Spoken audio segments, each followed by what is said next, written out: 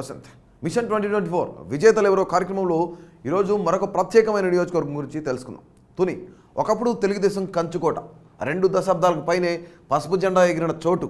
అలాంటి నియోజకవర్గం ఇప్పుడు అధికార వైసీపీకి అడ్డాగా మారిపోయింది. వరుసగా 2 సార్లు విజయం సాధించిన వైసీపీ మూడోసారి కూడా గెలిచి హ్యాట్రిక్ కొట్టాలని గట్టిగా ట్రై చేస్తోంది.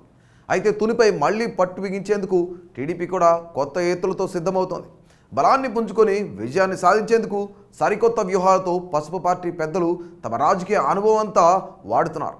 వరుసగా 6 సార్లు గెలిచిన యనమల రామకృష్ణుడి కుమార్తె ఈసారి టీడీపీ తరఫున బాధ్యతలు తీసుకున్నారు. కాకినాడ జిల్లాలో కాకినాడ తర్వాత అతిపెద్ద నియోజకవర్గం తుని. చుట్టుపక్కల ఉన్న 150 గ్రామాలకు వాణిజ్య వ్యాపార కేంద్రంగా కొనసాగుతోంది ఈ ప్రాంతం. 1952లో ఏర్పడిన తుని అసెంబ్లీ నియోజకవర్గంలో తెలుగుదేశం ఆవిర్భావం తర్వాత వరుసగా 6 సార్లు గెలిచి డబుల్ హ్యాట్రిక్ కొట్టింది టీడీపీ. 2009 ఎన్నికల్లో టీడీపీ కంచుకోట బద్దలైంది.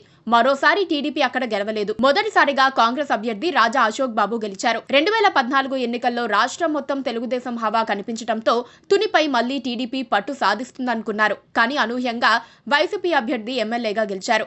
గత ఎన్నికల్లోనూ వైసీపీ ప్రభంజనంలో తునిలో వరుసగా రెండోసారి వైఎస్ఆర్ కాంగ్రెస్ పార్టీ అభ్యర్థి గెలుపొందారు. యనమల మరో నాయకుణ్ణి ఎదగనీయకపోవడంతో టీడీపీ అనాథగా మారినట్లయింది.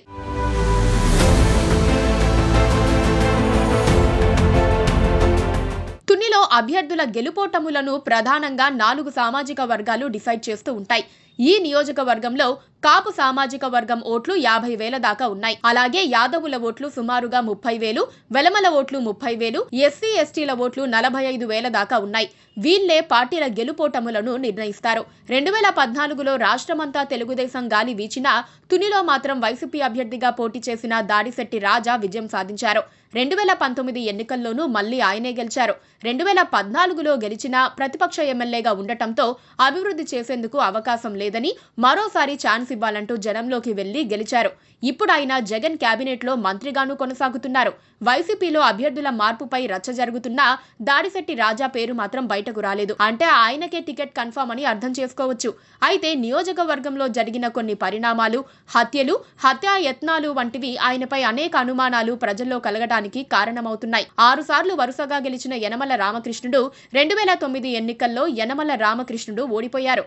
దాంతో ఆయన ప్రత్యక్ష రాజకీయాలకు గుడ్ బై చెప్పేశారు. తర్వాత తన రాజకీయ వారసుడిగా తమ్ముడు యనమల కృష్ణుడిని బరిలోకి దించారు. 2014, 2019 ఎన్నికల్లోనూ కృష్ణుడు ఓటమి పాలయ్యారు. ఈసారి కూడా పోటీ చేయాలనుకున్నారు. కానీ యనమల రామకృష్ణుడు తన కుమార్తె దివ్యను తుని టీడీపీ ఇన్ఛార్జిగా పాలిటిక్స్ లోకి దించారు. మొదట కాస్త తటపటాయించినా ఇప్పుడు యనమల కృష్ణుడు కూడా పనిచేస్తున్నారు.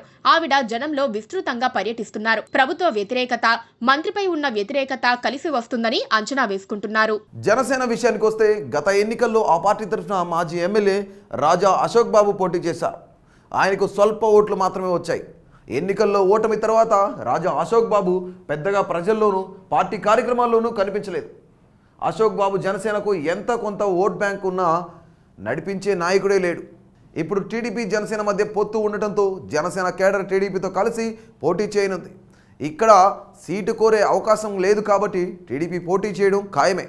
తునిలో టీడీపీ వైసీపీ మధ్య నువ్వా నేనా అనే స్థాయిలోనే పోటీ ఉండటం ఖాయంగా కనిపిస్తోంది.